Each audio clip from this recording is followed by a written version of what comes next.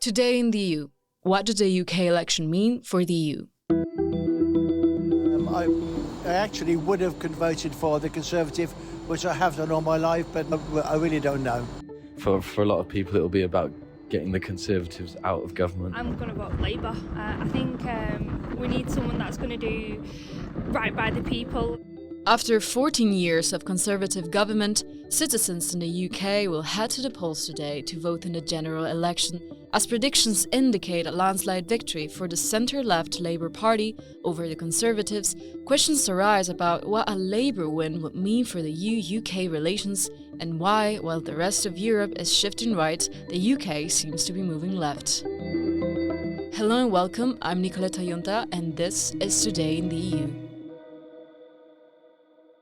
But because we will be the only party that can change our society for the better. Do you want real change? Because we're the only party. We have one job, which is to make this a summer of change. To understand the implications of the vote, the major players and the European consequences, we're joined in the studio by Catherine Feore, Euractiv's editor.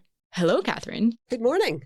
Catherine, before we kick off, can you give us an overview of the main political parties and the key players that are facing off in today's general election? So the main parties are the Conservative Party, the current party in government. Formerly, it was aligned with the European People's Party, as we know it. However, under David Cameron in particular, he moved them to a new group, the European Conservative and Reform Group, slightly to the right from being a traditionally centre-right party. Then we have the Labour Party, which was traditionally aligned with the S&D group in the Parliament. The other party is the Liberal Democrats, who are aligned with the ALDE group. Of course, one of the players in this election will be the Reform Group that is being led by the certain Mr. Nigel Farage. You may have heard of him.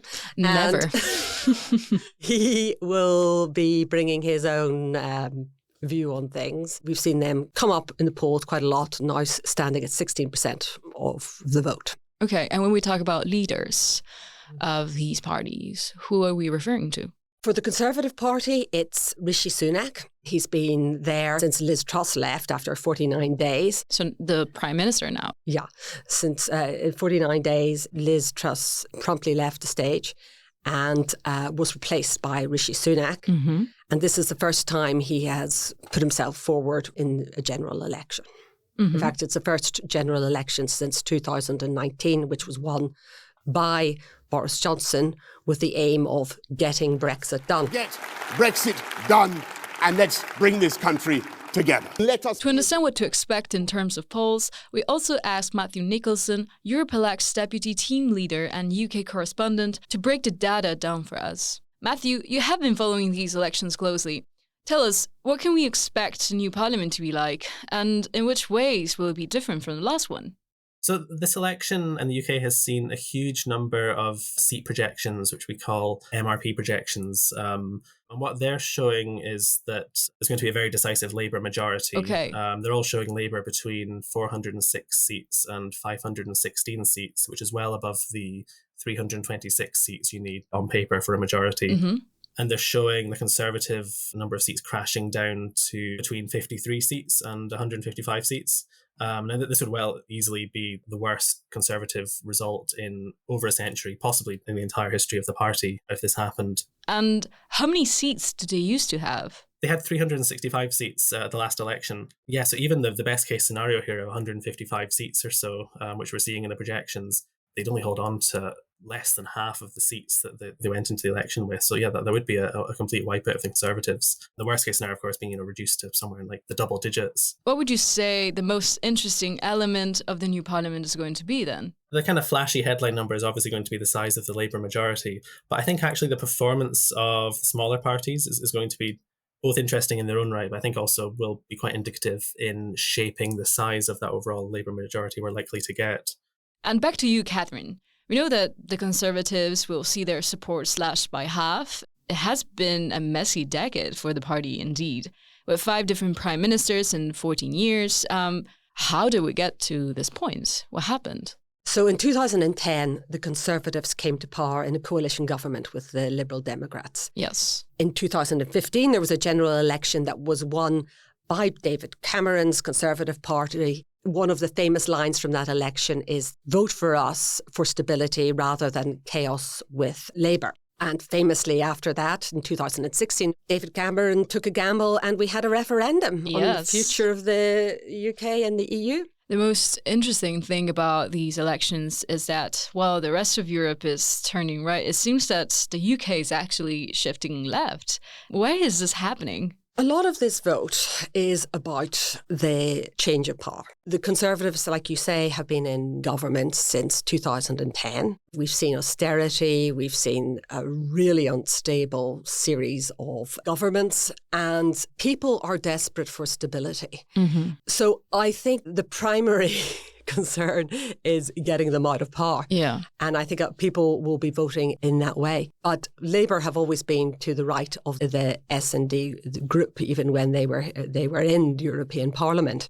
I think it will be welcomed across Europe by social democratic governments, but I don't think this is necessarily a game changer in terms of a move to the left. Polls predict now that the Labour will win today, after more than a decade of Conservative rule. The question is, what kind of country are they inheriting? As you said, Labour have a 20-point lead in the polls, and it looks very much like they are going to win. It's really a question of to what extent. In terms of what they are going to face when they come in to office, well, there are enormous challenges. There are the known challenges. We know that the public services are on their knees. We've had striking doctors. We have infrastructure that's falling apart. There is a need for huge investment, but there isn't much money to fund this investment. And the Labour Party have taken a very fiscally conservative position in that they will only invest modest amounts, really, by comparison to what is needed, and that they hope to fund future investment through growth. Mm-hmm. So we're not going to see what they call uncosted spending. So that will be one of the challenges. But it's also a very divided country, a country that has been through a very difficult time around Brexit and afterwards, which was a deeply divisive period. And I think a lot of people are looking forward to a more stable and hopefully a more boring government.